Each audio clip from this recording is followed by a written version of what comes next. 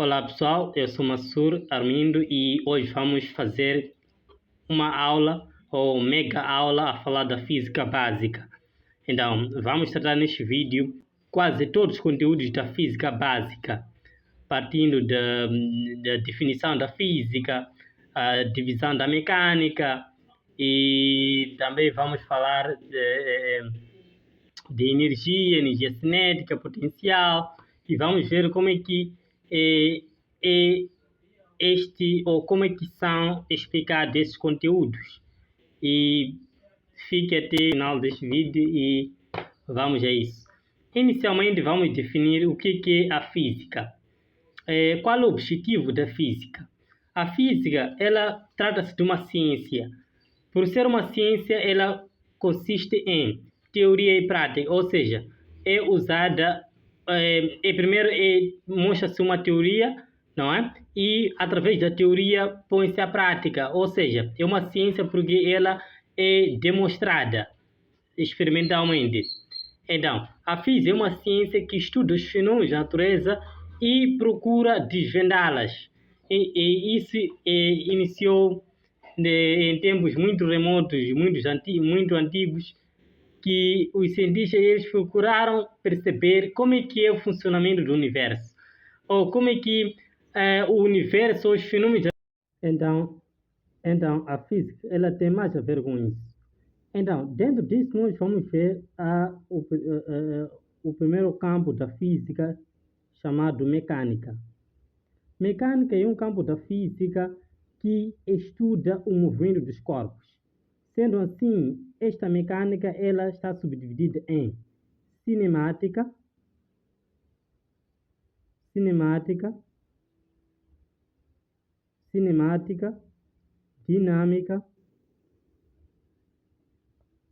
e estática.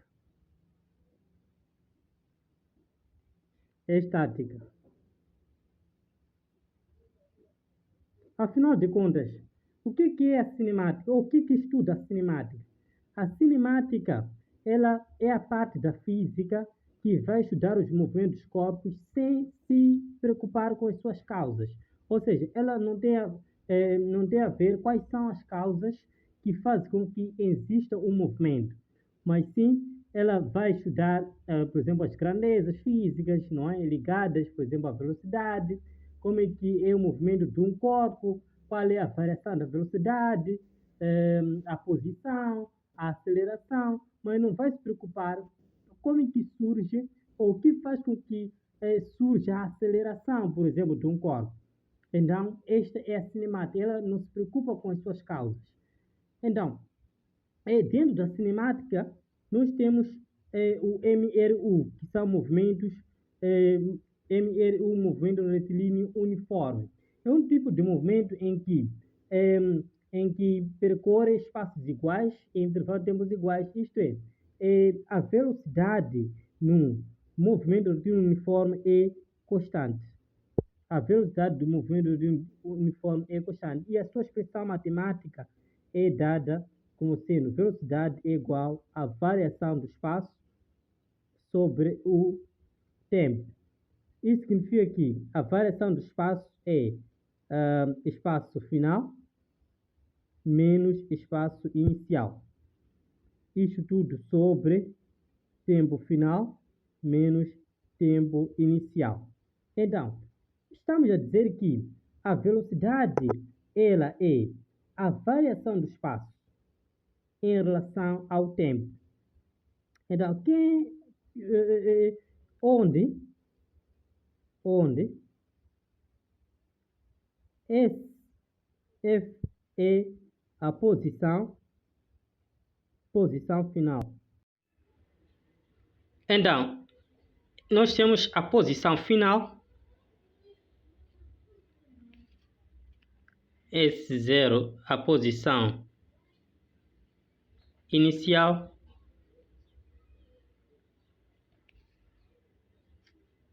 TF tempo final e T0 tempo inicial. e V é conhecida como velocidade.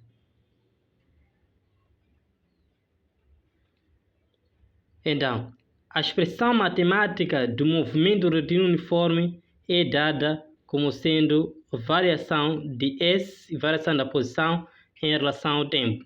Então, no movimento retilíneo uniforme, a velocidade é constante. Não é? A velocidade é constante. Por quê? Porque o móvel ele vai percorrer em espaços iguais, em intervalo de tempos iguais. Então, quando ela percorre em tempos iguais e os espaços iguais, então a sua velocidade ela torna-se constante. Então, se ele não acelera ou desacelera, então este movimento é conhecido como retilíneo uniforme. Então, a sua equação ou a equação horária do movimento retilíneo uniforme é esta. Posição é igual à posição inicial mais velocidade vezes tempo. Esta função, então, a posição vai ser igual à posição inicial mais velocidade vezes tempo. Não é? Então, esta é a equação horária ou a função horária do movimento retilíneo uniforme. E esta função horária ela surge a partir desta fórmula, que a velocidade é igual à variação do espaço sobre variação do tempo, onde eu posso, S passando para esse lado, passa a multiplicar, fica V vezes dt, isso vai ser variação de S. Então, qual vai ser a variação de S? A variação de S é mesmo que S menos S inicial. Então, S menos S inicial é igual à velocidade vezes variação de t. Olha aqui, este passando para esse lado, passa a ser S é igual a V vezes variação de t mais S inicial. Então, isto é mesmo que dizer S é igual a S inicial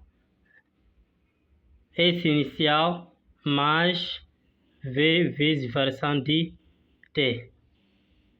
Então, esta é conhecida como a função horária do movimento retilíneo uniforme. Então,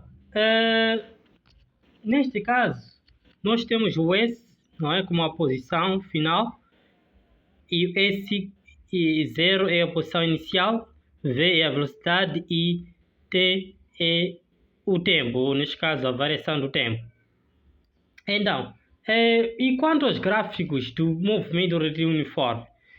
Quanto aos gráficos do movimento retilíneo uniforme, temos o primeiro gráfico que é representado da seguinte maneira, porque nós sabemos que a velocidade é a variação do espaço sobre variação do tempo. Então, o gráfico vai ser representado desta maneira, onde eu terei a posição, que é dada em metros, e o tempo, que é dado em segundos no sistema internacional. Então, o seu gráfico é uma linha reta, não é? É uma linha reta, como nós dissemos que no movimento retilíneo percorre espaços iguais em tempos iguais, não é? Percorre espaços iguais e em tempos iguais. Então, observe que este gráfico eu tenho uma linha reta. Significa que a sua posição, ou seja, a sua velocidade, ela vai ser constante, não é? Vai ser constante. Se há variação da posição e variação do tempo, neste caso em tempos iguais, ou variação do tempo neste caso, então a minha velocidade ela é constante. Tá bem. Como é que também pode ser representada? Desta maneira, para poder representar, eu escrevo assim, que não. A velocidade, outro gráfico, é representado também da seguinte maneira. não é? É representado desta maneira.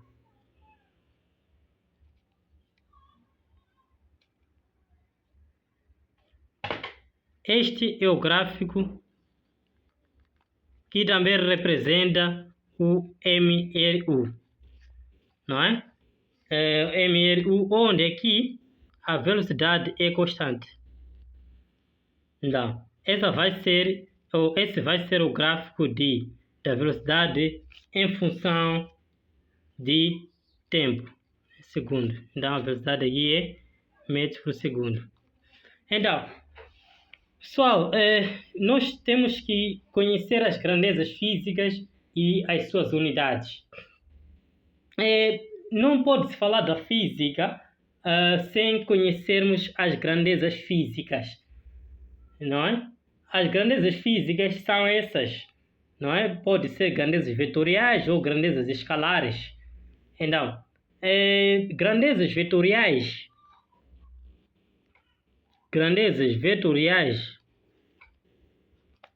são aquelas que precisam de uma direção, de um sentido ou de um módulo, não é? Então, essas grandezas vetoriais têm um sentido, não é? Pode ser um sentido de direita para a esquerda, ou uma direção horizontal ou vertical, ou o próprio módulo. Então, eles precisam do sentido da direção. Então, essas grandezas são conhecidas como a velocidade, é representada por uma seta por cima. A aceleração, ela é representada por uma seta por cima, né? E mais outros, não é? Existem vários, até o momento. O momento também é uma grandeza vetorial, não é? Existem muitas grandezas vetoriais, Isso depende da direção, depende do sentido e do módulo. Então, temos também grandezas escalares. As grandezas escalares, elas não dependem da intensidade ou da direção, do sentido, não depende, não é? Pois elas possuem um valor numérico. Por exemplo, a grandeza massa, não é? Massa é representada desta maneira. Massa, nós não colocamos nenhuma seta por cima.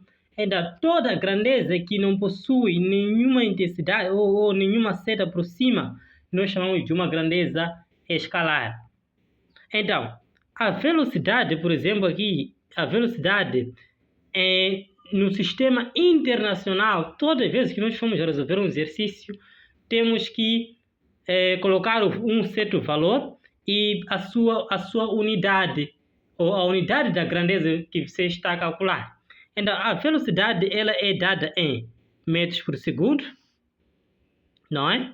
A aceleração ela é dada em metros por segundo ao quadrado e o momento, nós temos um momento também. Mas como é que nós descobrimos que a velocidade é em metros por segundo? Tá bem, para nós descobrirmos que a velocidade é em metros por segundo, é porque nós sabemos que a velocidade é igual à variação do espaço sobre variação do tempo.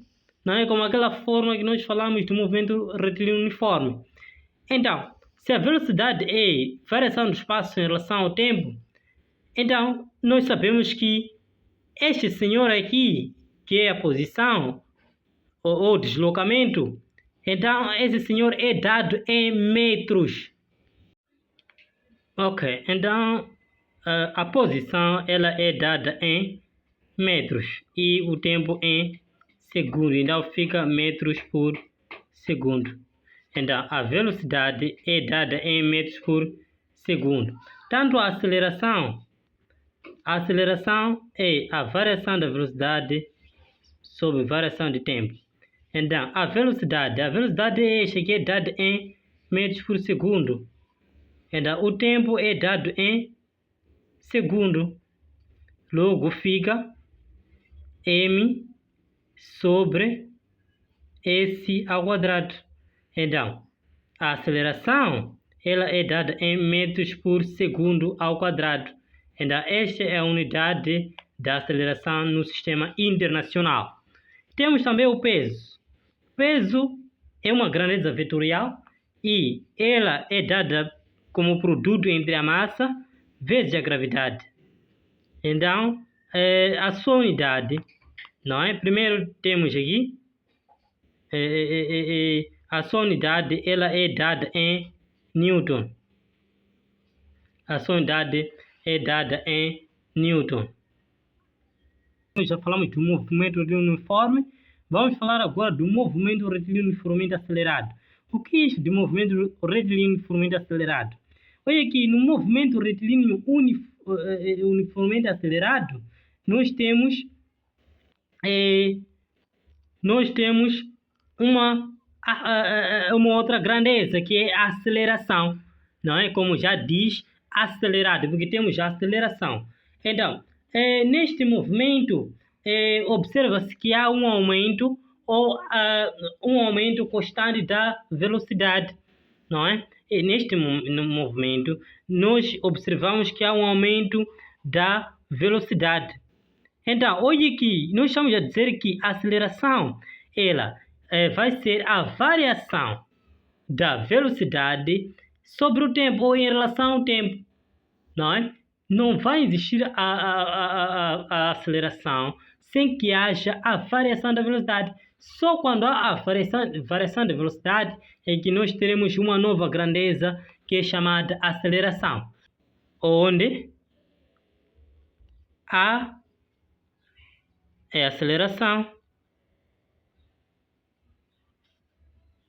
V, variação da velocidade,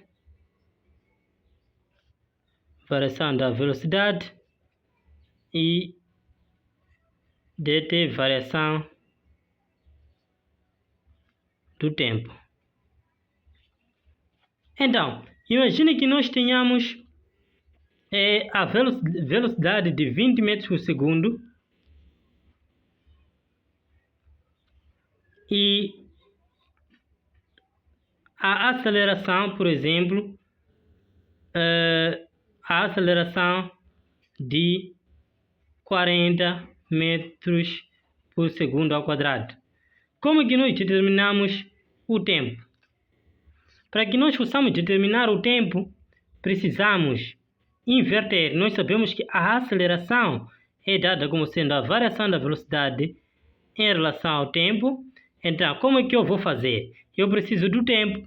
Então, eu vou fazer assim, que não. Este produto dos meios é igual ao produto dos extremos. Variação de t multiplica pela aceleração. Então, fica aceleração vezes v de variação de t é igual a variação de v. Eu preciso do quê? Preciso do t, que é a variação do t. Então, vou pôr aqui t ou variação do t, não é? Vou pôr variação do t é igual ao próprio t, não é? Mesma coisa. Isso vai ser igual a dv sobre a aceleração. Consegue observar, não é? Sobre a aceleração. Então, a velocidade, já temos aqui que é 20 metros por segundo e a aceleração é de 40 metros por segundo ao quadrado. Então, como é que eu faço? Eu faço assim. Tenho 0, corto. E tenho 2, tenho 4, também corto. 2 dividido por 4 é a metade, não é? Fica 1 sobre 2 ou 0,5. Então, vou pôr aqui de forma fracionária 1 sobre 2. 1 sobre 2 o quê? Recorde que nós dissemos que a grandeza ou o tempo é medido em segundo no sistema internacional. Então, aqui nós temos metros sobre segundo sobre metros sobre segundo ao quadrado. Isso é a mesma coisa, é igual ao quê? É igual a metros por segundo vezes esse está a dividir. Então, para vir multiplicar, não é? Passa a inverter. Então, fica S ao quadrado sobre M. Logo, simplifico M, S. Logo, sobra um S. Então, é igual a S. Logo, o tempo vai ser a metade. Ou seja, 1/2 segundos. Já está. Tá bem. E daí? Nós temos também a função horária, não é? Recorde que nós estamos a dizer que existe, por exemplo, temos aqui essa fórmula que é a aceleração é dv sobre dt. Isto também pode ser igual, não é? É mesmo que dizer velocidade final menos velocidade inicial sobre o tempo final menos tempo inicial, não é? Menos tempo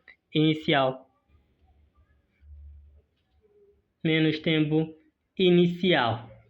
Então, a sua equação horária, não é? São duas equações ou duas funções horárias, não é? A primeira, essa, conhecida como velocidade é igual a velocidade inicial, mais a aceleração vezes tempo. Recorde que, de acordo com o que fizemos lá em cima, isto vai surgir, a partir disto surge isto. Nós também temos já outra função horária da posição, que posição é igual a posição inicial mais velocidade vezes tempo mais 1/2 aceleração vezes t ao quadrado. Esta é a segunda função horária do movimento retilíneo uniformemente acelerado. Isto é muito importante, porque há vezes que nos pedem em alguns exercícios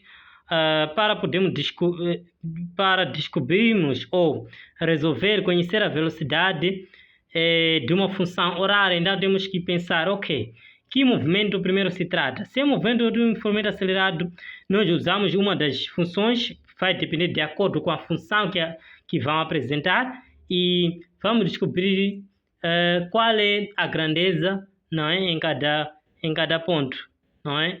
Então vamos descobrir conforme a nossa função horária. Tá bem. O que esta função horária significa? Então, esta função horária, primeiro temos essa conhecida como posição final. Essa é a posição inicial. Essa é a velocidade inicial. Esse é o tempo. Essa é a aceleração.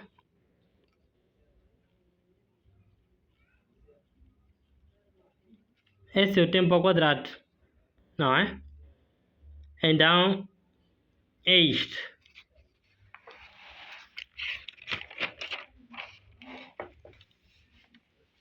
Então, o que falta agora é conhecermos quais são os gráficos do movimento retilíneo uniformemente acelerado.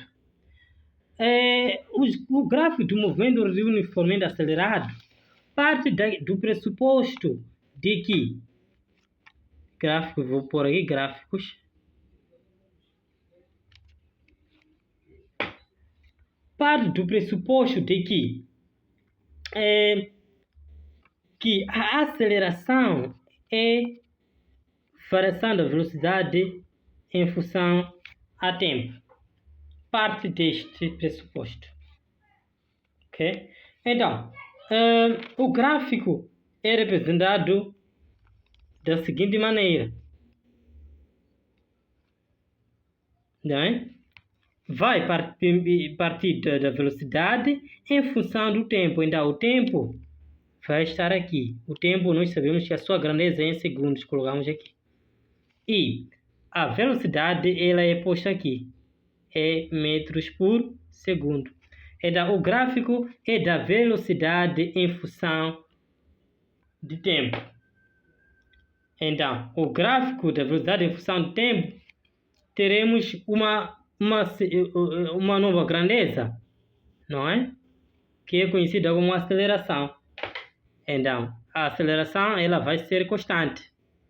Olha aqui, no movimento retilíneo uniforme, nós temos que a velocidade é constante. Já no movimento retilíneo uniformemente acelerado, a aceleração é constante. Ok? Por quê? Porque se a aceleração não for constante, então a velocidade ela é nula. Ou seja, ou se a aceleração ou se a velocidade ela não varia, então nós não teremos aceleração. A aceleração ela deve haver sempre variação da velocidade. E se não variar a velocidade, então a aceleração vai ser nula. Não é? A aceleração vai ser nula. Então, nós chamamos de dizer que a aceleração ela não é nula, mas tem que ser uma aceleração constante. Não é? Então, se é constante, então este gráfico vai ser uma linha reta. Ou seja, é representado desta maneira o primeiro gráfico.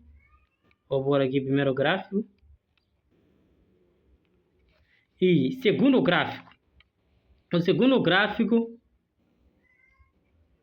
ela vai representar a constância da aceleração. Ou seja, teremos uma função que nem esta, uma função afim, né? Então, será uma linha reta. É quase mesmo que esta, né? Só essa é uma outra representação, em que mostra que a aceleração, ela é constante. Então, no MRUA, ou no movimento retilíneo uniformemente acelerado, a aceleração é constante, não é? A aceleração, ela é constante. Então, esses são os gráficos do movimento retilíneo uniformemente acelerado. Tá bem. Já saímos da cinemática. Agora vamos para um outro tópico, que também é muito importante, porque vários estudos, não é? Vários cientistas estudaram, procuraram saber de onde que surge este fenômeno, não é? E é bastante interessante. É conhecida como queda livre, não é? Esse é o novo tópico que nós vamos abordar nesse grande resumão. Queda livre. Quando você ouve de queda livre, você já deve imaginar uma caída, ou seja, uma coisa que sai de um ponto até ao chão, ou de uma altura até ao chão. Pois é isso mesmo. A queda livre é um movimento que sai de cima para baixo ou de baixo para cima. Então, este movimento de cima para baixo ou de baixo para cima chamamos de queda livre. De baixo para cima por quê? Depende do lançamento. Se formos a lançar ou a levar uma pedra, a lançarmos para cima, não é? A pedra vai quando chega a uma altura em que a velocidade ela torna-se nula, então vai regressar, não é? Vai voltar ao seu ponto inicial. Então, este movimento nós chamamos de queda livre, não é? E foram vários cientistas, inclusive o Galileu Galilei, que foi um dos grandes cientistas que tentou estudar a queda livre dos corpos. Como é que alguns corpos eles caem rápidos que os outros, por exemplo, a pedra e o papel. Se nós formos a lançar, a pedra vai ser a primeira a cair. Por quê? Por que o papel não cai junto com a pedra? Mas ele teve que percorrer a um laboratório, a uma sala em que a resistência de ar era nula. Então, num ponto em que a resistência do ar era nula, o Galileu Galilei, lançando um objeto com massa, neste caso uma pedra e um papel, ele conseguiu observar que chegou ao mesmo tempo, ou seja, chegou ao chão ao mesmo tempo.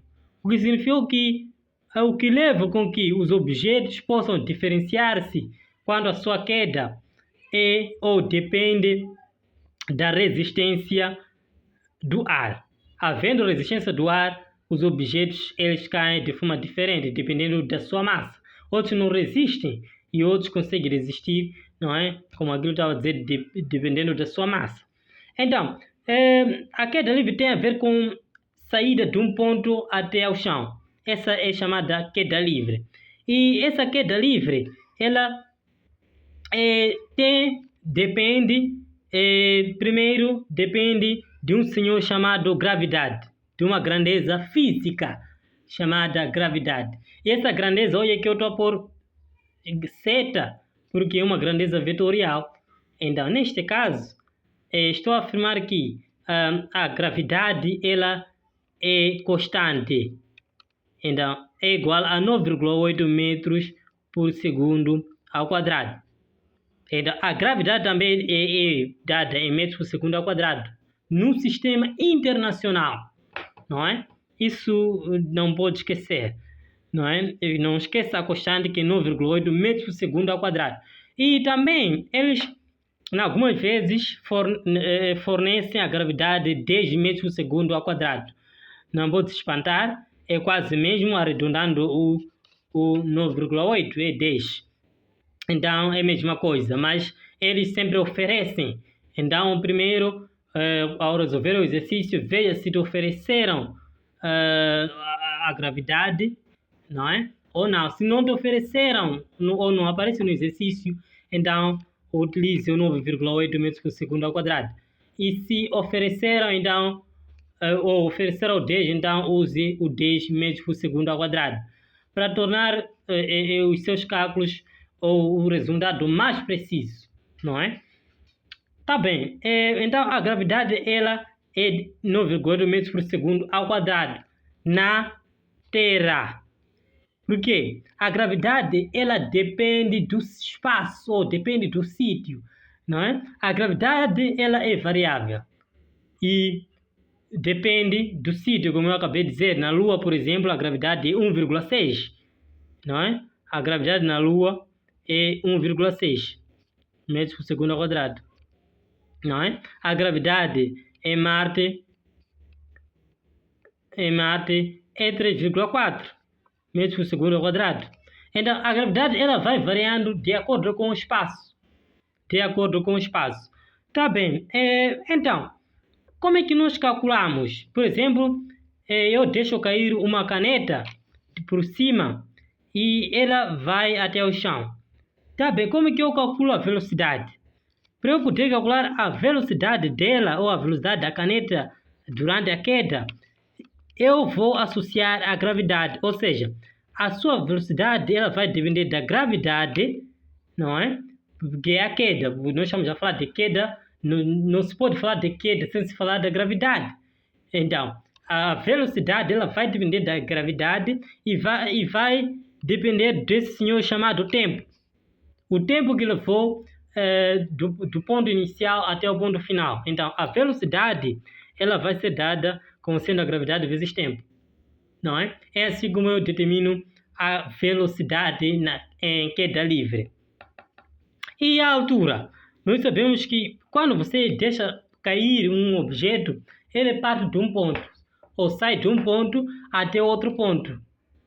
Então, às vezes pede-se para calcular a altura máxima ou a altura mínima, não é? Da queda. Então, para você calcular a altura máxima ou a altura mínima da queda, utiliza-se essa fórmula, que é 1 sobre 2, gravidade, vezes tempo ao quadrado. Então, esta fórmula pode-se utilizar para poder determinar a altura máxima ou mínima da queda, não é? A altura máxima ou mínima da queda. Não se esqueça que a gravidade é 9,8 metros por segundo ao quadrado, não é? Porque como nós estamos na Terra, então a gravidade ela é 9,8 metros por segundo ao quadrado. Tá bem. Pronto, né? Mas há uma coisa que estive deixando em falta, que às vezes utilizamos como uma linguagem, não é? Uma linguagem cotidiana, mas é completamente contraditória do ponto de vista, não é? É a questão de massa e peso. Será que massa e peso é a mesma coisa? Por exemplo, não é? Massa e peso é a mesma coisa? Primeiro, vamos discutir ou falarmos sobre isto. Massa e peso, será que é a mesma coisa? É assim, primeiro, massa, não é? M, eu vou pôr aqui, M, massa, P, peso. Será que é a mesma coisa? Não. Por quê? Massa, primeiro, é uma grandeza escalar, não é? É uma grandeza escalar. Depende de um valor numérico, não é? Depende do valor numérico.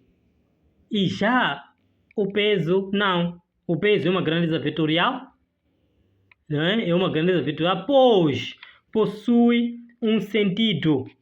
Possui um sentido, não é? Possui um sentido. E o peso, ele indica sempre para baixo. Indica para baixo. Então, é conhecido como peso. Então, peso vai ser o quê? Peso vai ser igual a massa vezes gravidade. Ou seja, a massa do objeto, do corpo em queda, vezes a gravidade. Então, estamos a dizer que o peso depende da gravidade ou da aceleração de gravidade. Ou seja, o peso é diretamente proporcional à gravidade. Quanto maior for o peso, maior vai ser a gravidade. Ou quanto maior é a gravidade, maior vai ser o peso, não é? E por isso tem aquele negócio ou aquilo de o homem na Terra ou na Lua, ele vai flutuando, não é? Por que vai flutuar? E por que na Terra não? Porque na Lua a gravidade dela é menor.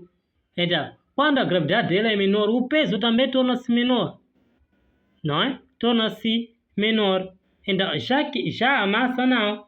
A massa é uma constante, independentemente do local. Posso ir em Marte, posso ir na Lua, a massa, ou a minha massa, ou a massa de um objeto vai ser sempre a mesma. Então, aí está a diferença. O peso não, vai variar de local para local, mas a massa ela vai permanecer a mesma, apesar de o corpo balançar em sítios diferentes, ok? Então, o peso é dado como sendo a massa do corpo vezes a gravidade. Muito bem. Agora saímos completamente da cinemática. Tá bem, nós dizemos que a mecânica ela está subdividida em cinemática, dinâmica, não é? E estática. Mas principalmente vamos falar desses dois, que é a cinemática e a dinâmica. Tá bem. Dinâmica.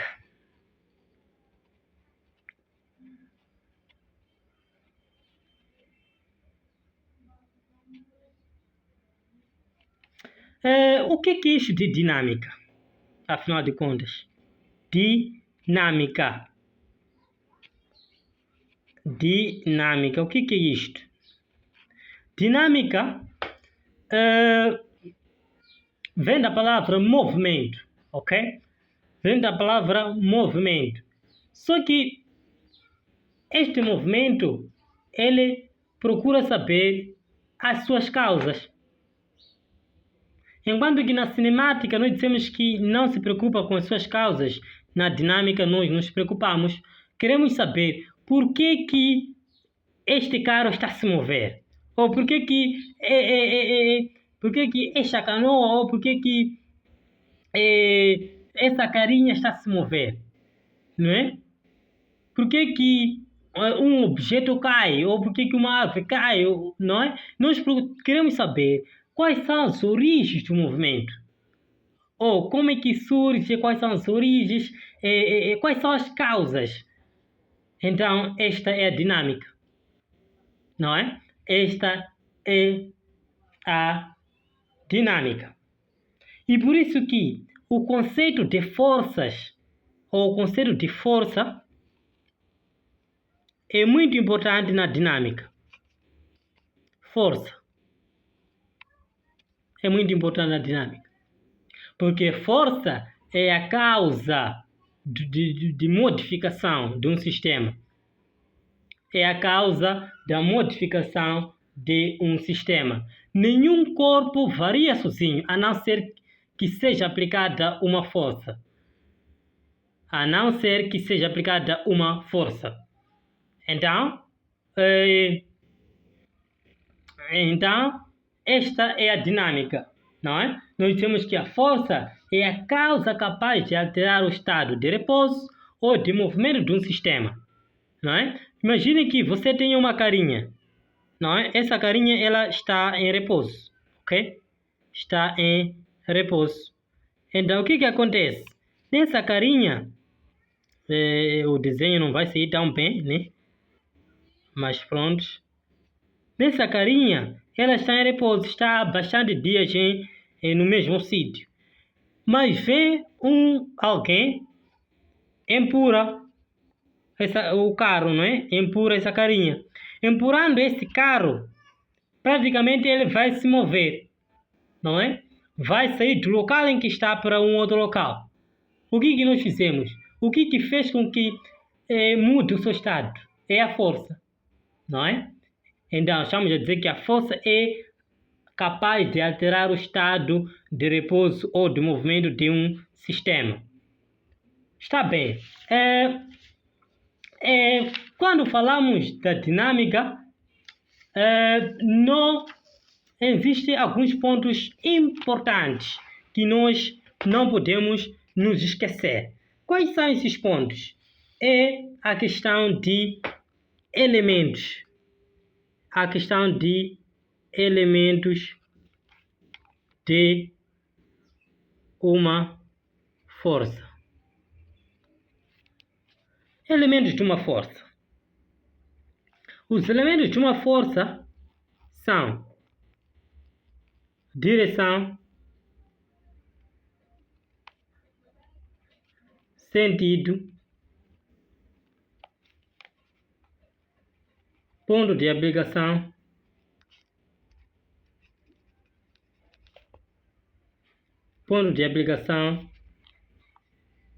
e módulo. Módulo ou valor numérico. Tá bem. Direção. Direção pode ser vertical ou horizontal. Sentido pode ser direita para a esquerda ou vice-versa. O ponto de aplicação é o ponto na qual aplica-se, não é? Aplicamos a força, ou ponto na qual aplicamos a nossa força, não é? É o ponto de aplicação, não é? Tá bem. E tipos de força. Temos que conhecer tipos de força. Tipos de força. Primeiro, a força-peso. Primeiro, a força peso. A força peso é a força que é a mais notável no universo, ou no meio em que nós estamos. É quando largamos um objeto do topo. O que acontece com o objeto? O objeto ele vai cair. Mas você já se perguntou por que cai?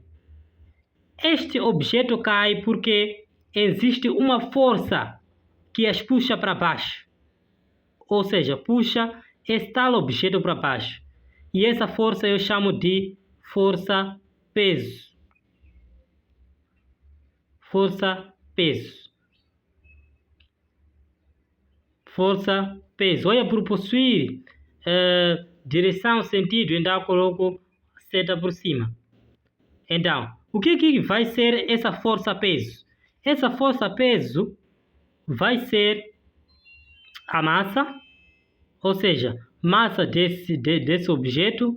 Posso colocar massa da pedra, por exemplo, se eu lancei a pedra, massa da pedra vezes a gravidade. Então, o peso vai ser igual a massa vezes a gravidade no local. Se o objeto foi lançado na Terra, então a sua gravidade é 9,8 metros por segundo ao quadrado, aquela constante. Não é? É aquela constante. Se foi na Lua, 1,6 metros por segundo ao quadrado. Então, é assim como nós determinamos a força peso. É uma das forças, ou é um dos tipos de força muito importantes no campo da física. E temos uma outra força conhecida como a força de tensão. P. Força de tensão. Você já se deparou com um caso em que dois carros, um carro está atrás e o outro carro em frente, em que o carro de trás ele é puxado, ou seja, por alguma variação, não é? Ele é puxado por um carro de frente. Então, é puxado e no meio você observa uma corda amarrada, não é? Que liga os dois carros. Então, aquilo nós chamamos de força de tensão. Ou seja, força de tensão é a força de contato aplicada por um fio sobre um corpo. Então, tudo que tem a ver com um fio ou com a ligação ou com o contato aplicando ou através de um fio, nós chamamos de força de tensão. Então, o exemplo desse é puxar um carro, não é? Então, essa força é conhecida como a força de tensão, não é? Que tem a ver com corda, não é? Fio. Então, é conhecida como a força de tensão. E nós também temos a força de atrito. O que é a força de atrito?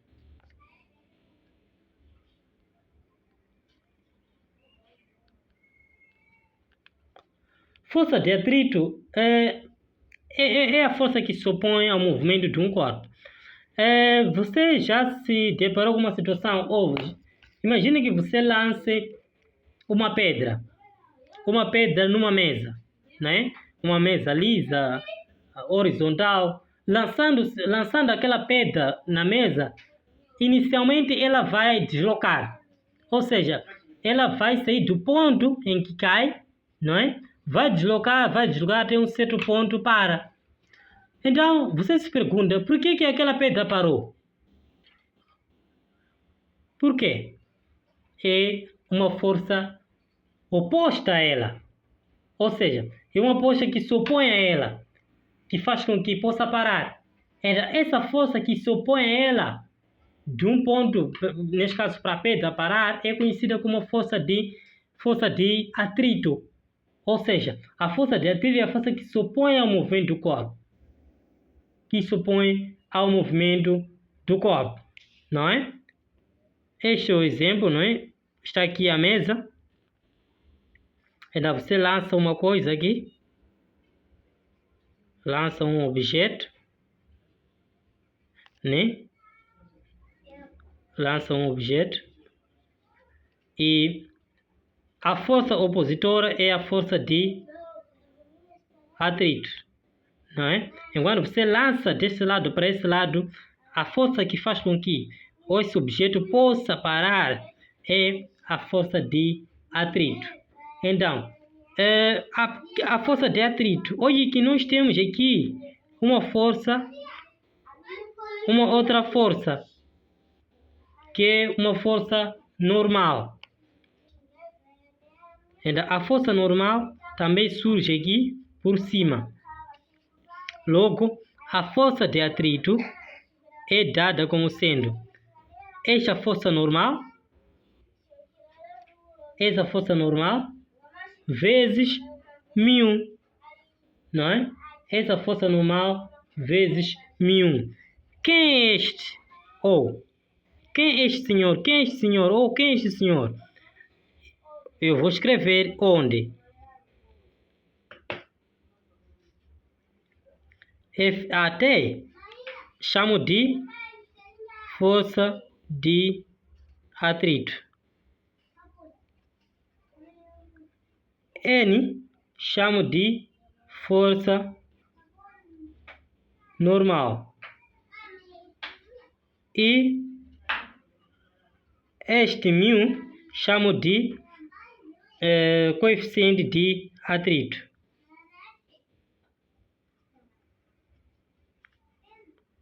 Coeficiente de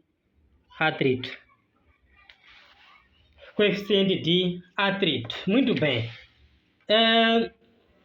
Então, coeficiente de atrito. Então, para que nós possamos determinar a força de atrito, nós usamos esta fórmula, que a força de atrito vai ser o quê? Vai ser a normal, esta normal, força normal, esta que age por cima, e o coeficiente de atrito, μ1. Então, por exemplo, eu quero calcular, tenho a força de atrito como sendo igual a N vezes μ1. Então, eu preciso calcular a força normal. Como é que eu faço? Para calcular a força normal, eu tenho que saber que este multiplica por esse, ou seja, a força normal multiplica por μ1, coeficiente de atrito. Então, levo este N, faço igual, né? Este que está a multiplicar vai passar a dividir. Então, fica a força de atrito sobre μ1. Então, assim como eu resolvo a força normal. Também, se eu quiser calcular a força de atrito, aliás, o coeficiente de atrito, passo este senhor para esse lado, né? E passa a dividir. Ok? E temos um outro tipo de força chamado força normal. Força normal. E nós já demos já falamos um pouco sobre essa força normal, que é uma força de sustentação. Tá bem. Você tem uma mesa, ok? Você tem uma mesa e tendo uma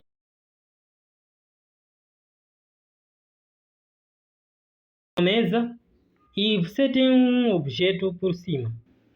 Tá bem, você põe um bloco por cima da mesa. Então, esse bloco, ele está no mesmo sítio. Mas o que é que faz com que ele possa estar no mesmo sítio? O que é que está a acontecer? Então, existem duas forças que atuam neste bloco. A primeira força é uma força peso. Por que uma força peso? Porque é uma força que puxa o objeto para baixo. O objeto está sendo puxado para baixo. Só que nós não conseguimos observar isto. Está sendo puxado para baixo, sim. Não é? Está sendo puxado para baixo. E por isso, quando às vezes partimos, ou digamos, tiramos a mesa, ela cai. O que significa? Porque significa que existe sempre, independentemente de o objeto estar fixo, existe sempre uma força por baixo. E, além dessa força por baixo, existe também uma outra força por cima. E essa força é conhecida como força normal. Essa força é que sustenta esse objeto. Não é? Então, existem duas forças. A força normal, que é de sustentação, que age por cima, e a força peso, que indica para baixo, ou que puxa para baixo o objeto. Então, ou seja, eu posso representar assim, que o bloco tem, já sendo puxado, né, força peso, e por cima a normal. Então, o que vai ser então? O peso ou a força peso vai ser igual a normal, não é? Vou escrever aqui que P é peso, N força normal. Força normal. Então, N é igual a P, não é? Então, eu posso dizer que N é igual a M vezes a gravidade. Só. Ou seja, a força normal, esta vai ser igual a massa vezes gravidade. Então, essa é conhecida como sendo a força normal. A força normal é esta força que age por cima, que é a força de sustentação. Além disso, nós temos uma outra força que é conhecida como a força elástica, não é? A força elástica, meus senhores, a força elástica, ela tem a ver com a variação ou a deformação de uma mola. Você já observou que, imagine você tem uma mola, né? É aquele negócio que a criançada faz, né? Você tem uma mola, essa mola ela vai variando. Ela vai e volta, né? Então, esse vai e volta, ou de um ponto inicial ao ponto final, essa eu chamo de variação da posição. E a força que é aplicada a ela para esse movimento, eu chamo de força elástica. Então, essa força elástica é dada como sendo menos K vezes variação de X. Então, a força elástica é calculada como sendo K vezes a variação de X. Quem é o K? K é constante elástica. Constante elástica da mola. E quem é o X? X é o valor da deformação. Ou seja, o valor da deformação ou o deslocamento. E F é a força aplicada. É a força aplicada. Ok? É a força aplicada. Então, qual é a grandeza física? Se nós sabemos que a força elástica ela é dada como sendo menos K vezes variação de X, então o K é igual a F sobre variação de X. Posso pôr aqui menos.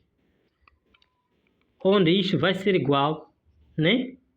Quem é a força? A força é Newton sobre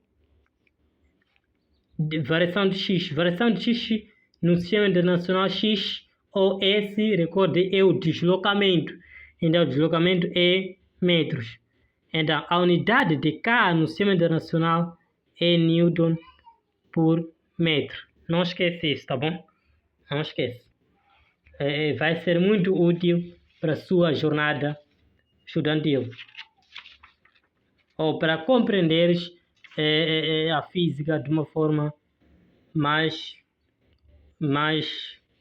ótima. Então, nós temos também, acabamos de falar dos tipos de forças e agora vamos para o ponto 7, forças resultantes de um sistema de forças, ou seja, força resultante ou um sistema de forças, não é? Força resultante ou sistema de força. Força resultante.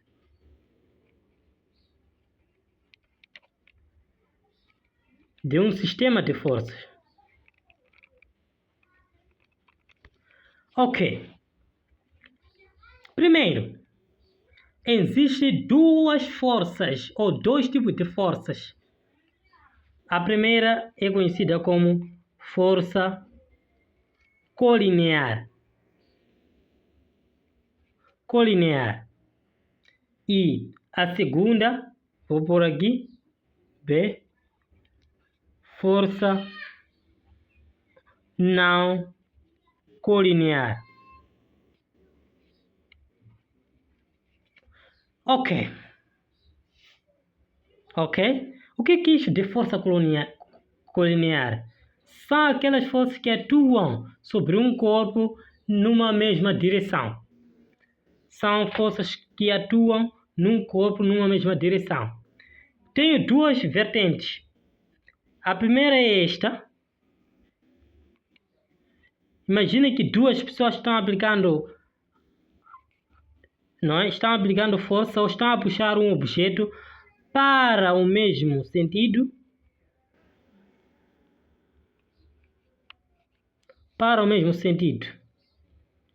Então eu tenho aqui a força 1, força 2. Essa é uma força colinear. Por que é uma força colinear? Porque está na mesma direção, não é? Esses são dois caras que estão puxando o objeto numa mesma direção, que é a direção horizontal, né? Então eu chamo de força colinear. Tá bem, como é que eu calculo a força resultante? Para eu poder calcular a força resultante, eu preciso saber se está a puxar para o mesmo sentido ou em sentidos diferentes. Olha aqui, está a puxar para o mesmo sentido, não é? Está a puxar para o mesmo sentido. Então, se estão a puxar para o mesmo sentido, então o somatório das forças, ou a força resultante, vai ser a força 1 mais a força 2. Ok? Vai ser a força 1 mais a força 2. Ok. E este caso?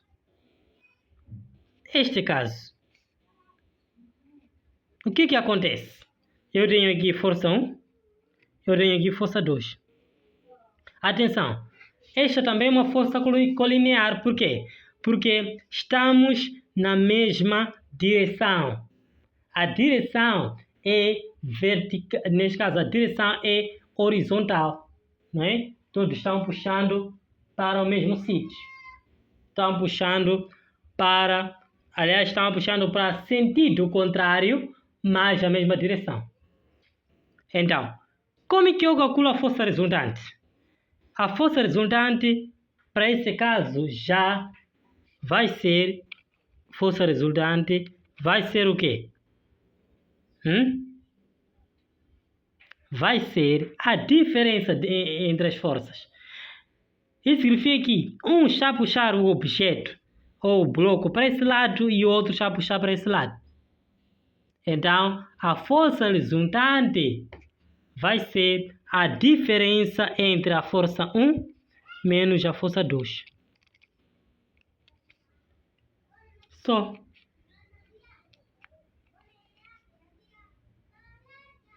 Vai ser a diferença.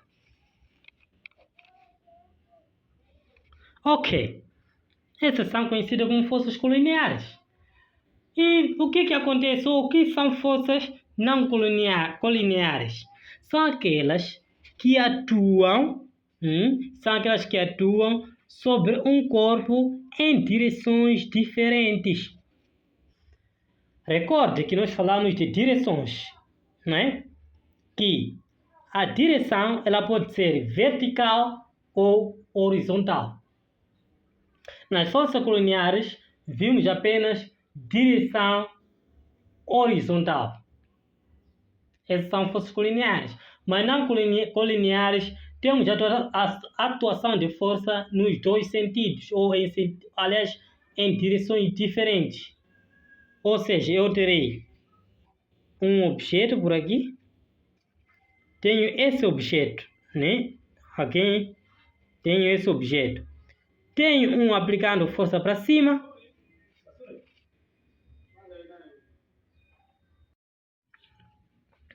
Então, as forças colineares, elas são assim. Tá bem. Tenho aqui a direção vertical e aqui a horizontal. Então, tenho a força 1, tenho a força 2. Está bem. O que é isto? Como é que eu represento? Essas são forças não colineares. Por quê? Porque existem duas forças que estão a atuar em direções diferentes. Então, isto é mesmo que desenhar da seguinte forma, não é? Apresentando o sistema de força, eu vou desenhar assim, né?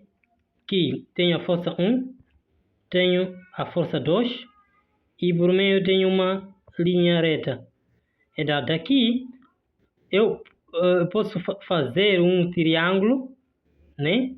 Onde essa força 1 ela fica aqui no cateto oposto e essa força 2 fica aqui e a força resultante fica como hipotenusa. Então, como é que eu calculo a força resultante? A força resultante vai surgir, não é, conhecendo uma regra conhecida como Teorema de Pitágoras. Teorema de Pitágoras diz que o quadrado da hipotenusa é igual à soma dos quadrados dos catetos, né? Então, este é o Pitágoras. Então, quem é a hipotenusa para nós? A hipotenusa é essa distância muito maior do triângulo. Então, é a força resultante ao quadrado. Quem é o nosso cateto adjacente, ou nosso cateto oposto? É a força 1. Vou pôr aqui a força 1 ao quadrado. Mas, quem é o cateto adjacente? O cateto adjacente é a força 2. Então, vou pôr aqui força 2 ao quadrado. Então, a força resultante vai ser igual, porque se aqui é quadrado, então, tirando ao quadrado, passa a ser raiz de força 1 ao quadrado mais força 2 ao quadrado. Então, para esse caso, ou para forças não colineares, em que atua em direções contrárias, ou em direções diferentes, então eu calculo a força resultante desta maneira. Ou seja, vou aplicar Pitágoras para encontrar a força resultante. Então, isso é conhecido como sistema de forças. Ok? É conhecido como sistema de forças. Tá bem. Além disso, nós temos na dinâmica um dos conceitos e lei muito importante que é conhecida como leis de Newton. Leis de Newton. Existem 3 leis de Newton. A primeira lei é conhecida como a lei de inércia. Lei de inércia.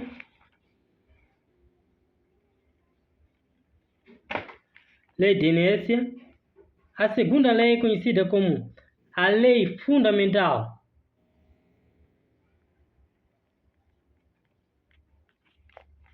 da dinâmica.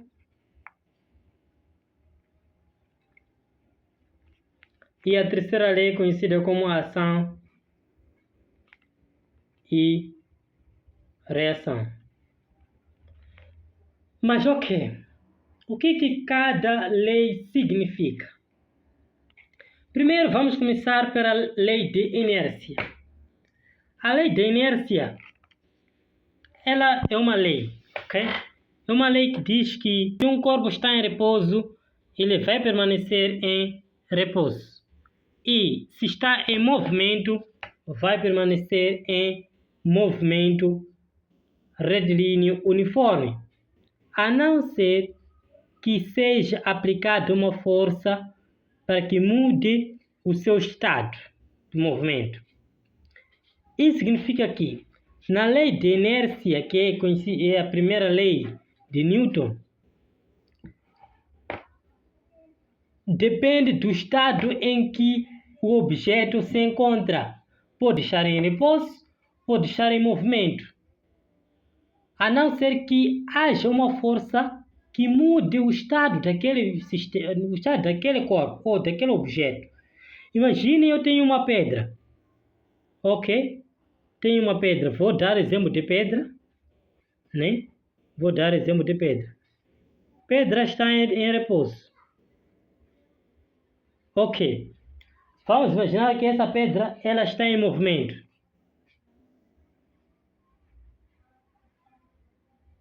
Se a pedra está em movimento, então estamos na primeira lei de Newton. Está em movimento sem que nada lhe interrompa.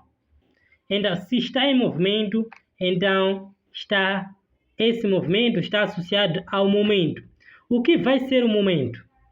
O momento vai ser a massa desse objeto e a velocidade com que ela carrega. Porque não estamos a dizer que este corpo, ou esta pedra, ou esse objeto está em movimento.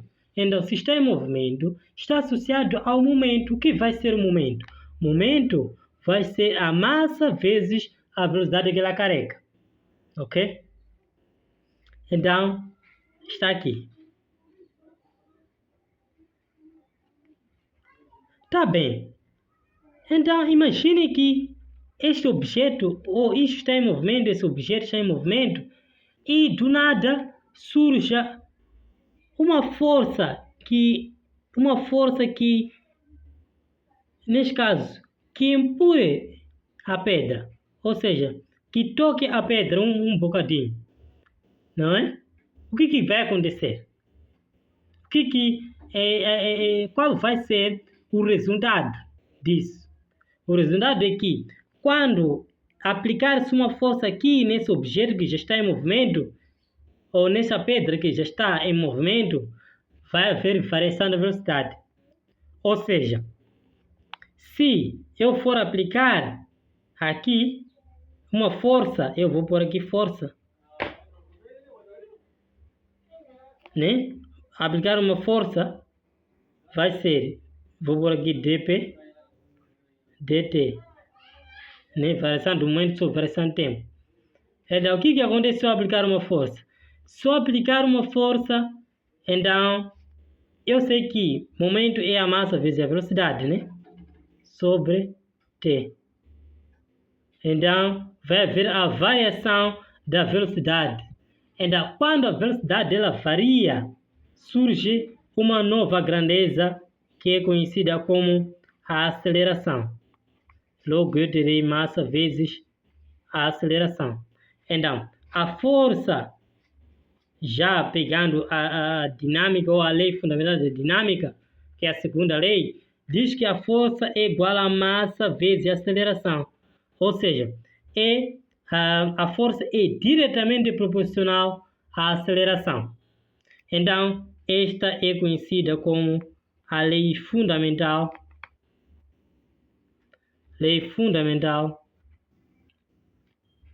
da dinâmica. Lei fundamental da dinâmica. Então, a terceira lei de Newton. A terceira lei de Newton surge quando, imagine que você chute uma pedra. Aquele acidente, não é? Aquela coisa que acontece naturalmente, em que você chuta uma pedra. E o que acontece depois do chute? Quando você chuta uma pedra, você sente uma dor. você sente uma dor. E praticamente, por que você sente aquela dor? A terceira lei de Newton diz que a dor que você sente é a reação ou é a força contrária da pedra. Então, a força que você aplicou batendo na pedra, a força que você aplicou na pedra, eu chamo de força 1. Né? Força 1, aplicou na pedra 2. É positiva. E a reação que você sente, ou a dor que você sente, é a força contrária. Então, é dada da seguinte maneira: força 2, 1. Então, a força contrária é negativa. Então, isso significa que a terceira lei de Newton diz que a ação é igual à reação. A ação é essa que você faz e a reação é o resultado do que você fez. Então, essa é representada dessa maneira. Terceira lei de Newton. Terceira lei de Newton. Tá bem. Há um outro conceito importante que esse conceito é conhecido como trabalho mecânico. O que é isso de trabalho?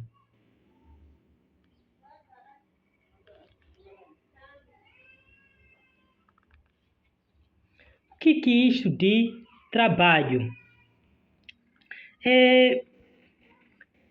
Sabe, aquilo no nosso cotidiano nós acabamos expressando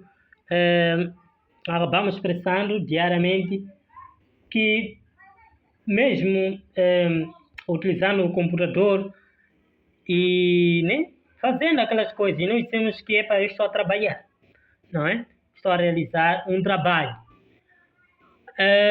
Mas um trabalho não é simplesmente estar sentado ou estar a fazer alguma coisa. Fisicamente, trabalho é aplicando uma força e deslocando. Então, o trabalho é igual ou é dado como sendo a força vezes o deslocamento. Não existe trabalho sem que haja deslocamento. Se não há deslocamento, então não há realização do trabalho. Ok? Ou seja, este é o trabalho, não é? Trabalho.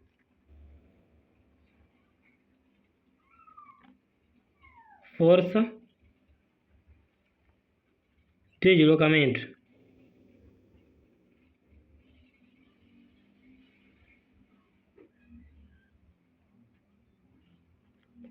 A força ela é dada em Newton e deslocamento é dado em metros.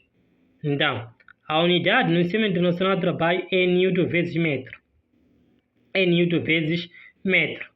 Então, este é o trabalho. Só haverá trabalho quando haver deslocamento.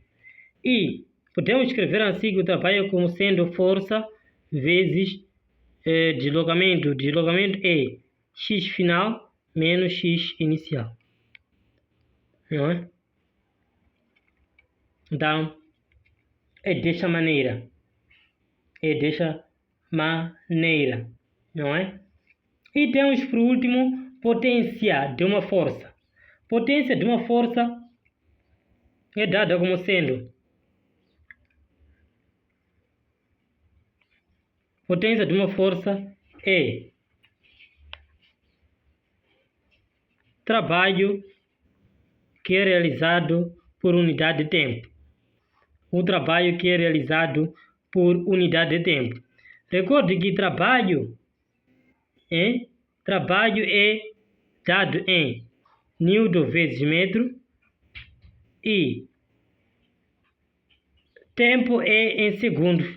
Então, Newton vezes metro sobre segundo é igual a watts. Então, a potência no sistema internacional é dada em watts. Então, quando nos pede para calcular a potência, nós usamos a potência como sendo o trabalho realizado por unidade de tempo, não é? Então, esta potência é conhecida como potência de uma força, ok? E nós resolvemos usando esta fórmula, não é? Usando esta fórmula. Está bem. Ok. Há um conceito também de extrema importância que é de energia, ok? Quando se fala de energia, é um tema muito interessante e muito importante na física. Não é muito importante na física. Ok, nós usamos energia como sendo a capacidade de um corpo realizar trabalho. Então, a energia é a capacidade de um corpo realizar trabalho. O que isso significa? Significa que temos 3 tipos de energia. Primeira, energia cinética.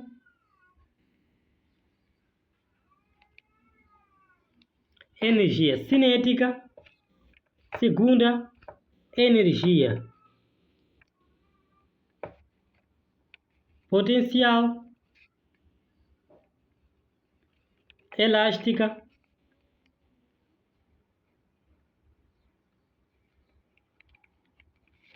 e, por último, potencial gravítica.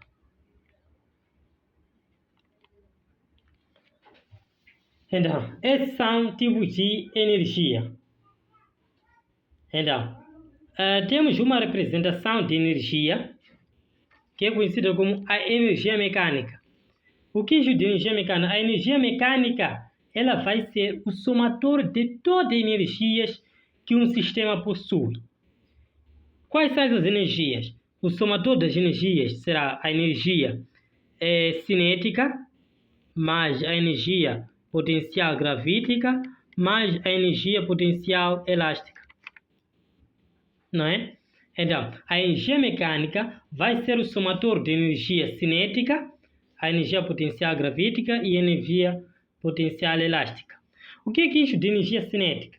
Energia cinética tem a ver com velocidade, ok? Ou seja, um objeto que sai de um ponto para outro, ou uma massa, um objeto que sai de um ponto para outro, por exemplo, A para B, esse objeto tem que possuir uma velocidade. Então, se é que possui uma velocidade, então tem lá a energia cinética. O que vai ser a energia cinética, então? A energia cinética vai ser a massa do corpo que vai deslocar vezes a velocidade que ela carrega sobre 2. E também é representada desta maneira, né? 1 sobre 2 mv ao quadrado. É a mesma coisa, porque nós sabemos que 1 multiplicado por isso dá sempre isto, ok? Então, a energia cinética, ela depende da velocidade, ok? Se o corpo está a deslocar de um ponto a outro, então eu tenho lá a velocidade, tem energia cinética, ok? E a energia potencial gravítica, na energia potencial gravítica tem aqui a gravidade.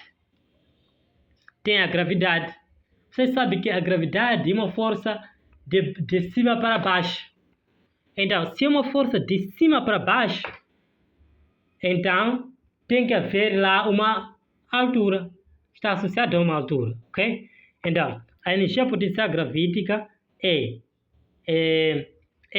vai depender da massa do corpo, da gravidade e da altura. Então, a energia potencial gravítica é dada como sendo a massa vezes gravidade vezes a altura, ok? O que é isso então? Né? Por exemplo, na energia hídrica. A energia hídrica ela usa a massa das águas, ou seja, a água que sai de um ponto ou de uma altura para baixo e vai fazendo com que possa girar uma turbina, ou seja, a queda da água de um ponto, de uma altura, ela faz com que por baixo possa fazer girar uma turbina. Fazendo girar uma turbina, logo aciona o gerador. Acionando o gerador, conduz à corrente elétrica. Então, é um exemplo de uma energia potencial gravítica. Ou seja, nós temos a altura, nós temos a gravidade, temos essa altura e temos a massa da água. Ok? Sai de um ponto a outro. E temos, por último, a energia potencial elástica. A energia potencial elástica, nós falamos um pouco, não é? A energia potencial elástica, ela tem a ver com a deformação de uma mola. Uma mola, não é, que deforma, ou seja, que estica e deforma, ok? Aumenta e diminui. Então, lá nós temos a variação da posição e temos uma outra constante que é conhecida como constante elástica. Então, a energia potencial elástica é dada como sendo 1 sobre 2 kappa x ao quadrado.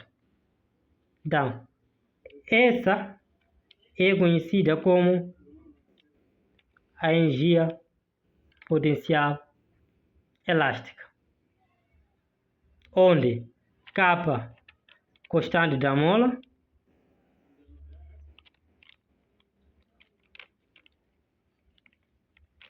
x, deslocamento,